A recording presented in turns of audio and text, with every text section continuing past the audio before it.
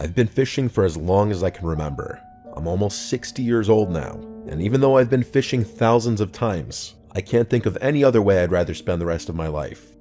My kids are all off living their own lives, and things around the house are quiet now. You could hear a pin drop most of the time. Sometimes I miss the old days, being able to throw the pigskin around with my boys in the backyard, but some things just aren't in the game plan anymore. I usually fish with my pals from college, but more often than not, I've found myself going at it alone, like a lone wolf. This was one of those times. I haven't stepped foot outside upstate New York in over 15 years.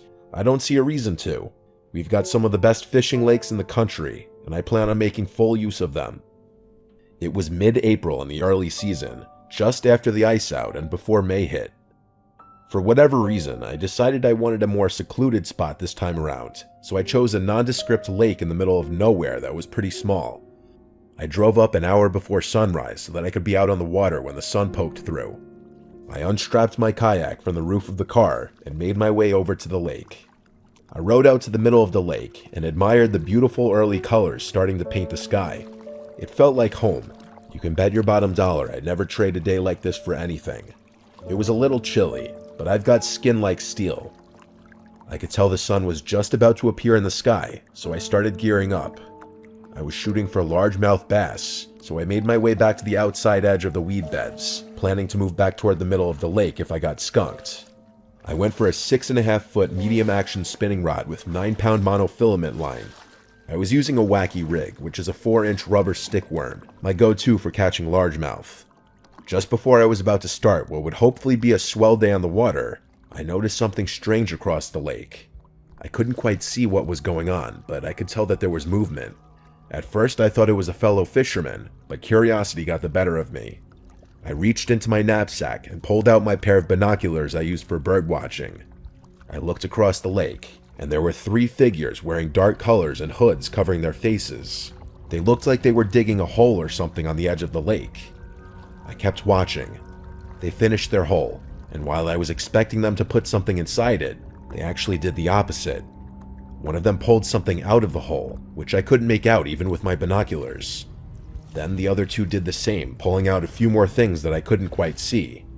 I was beyond confused. Then I watched as they started tossing the items into the lake, each one making a distinct splash as it smacked the water. Something was wrong. Out of nowhere, a wave of fear washed over me. I didn't know who these people were, but I started thinking they might be dangerous. I didn't know what to do. Thankfully, they started to leave without noticing me. I thought about turning a blind eye, but couldn't bring myself to do it.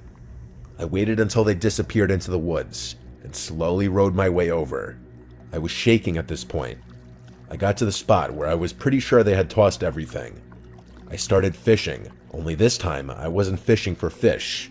I was going for something else entirely. I fished around for about an hour with no luck. I had to try something different. I racked my brain trying to figure out what I could do. And just then, I remembered my depth checker. I had it tucked away in my Volvo. I was determined at this point. I rode back to shore, returned to my car, retrieved the depth checker, and rode back to the spot. I was sweating heavily at this point. I poked around for a bit, feeling nothing but squishy lake bottom. And then, I felt something hard, something metal. I made a mental note of the spot and grabbed my rod.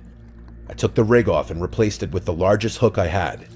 I let the spool out slowly, my pointer finger feeling the gentle movement of the line. 50 years of fishing experience was going into this one catch. I felt the slight resistance in the line. It had hit something.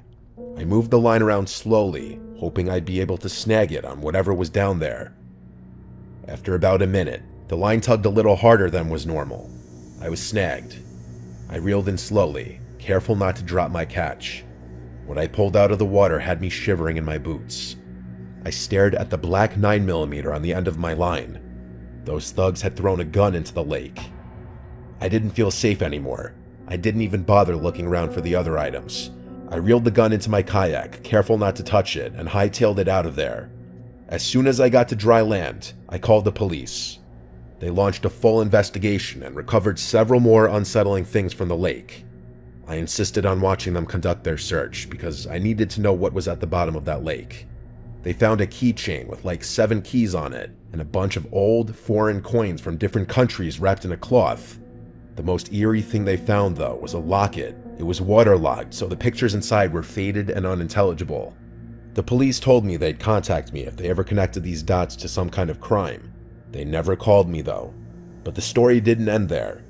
One night, I don't remember how many days after this incident, I heard someone in my front yard say, "That was the car, I know it," and then people snooping around my yard. They never rang the bell or knocked on the door, but I heard multiple people circling my house, and then they just left. I have no idea if it were the same people, and if they were, I have no idea if I'm being watched anytime I leave my house. I alerted the police once more, hoping this would reopen this investigation, but nothing became of it once again. I still have so many questions. Why would those items be buried in the first place? And why would those people go back just to dig them up and hide them again? Maybe they realized that there was a greater chance they'd be found in the ground, so they went back and threw them in the lake. Or maybe those items had been in that hole for years, and they decided to dig them up for some reason. All in all, this was the strangest thing that has ever happened to me while fishing.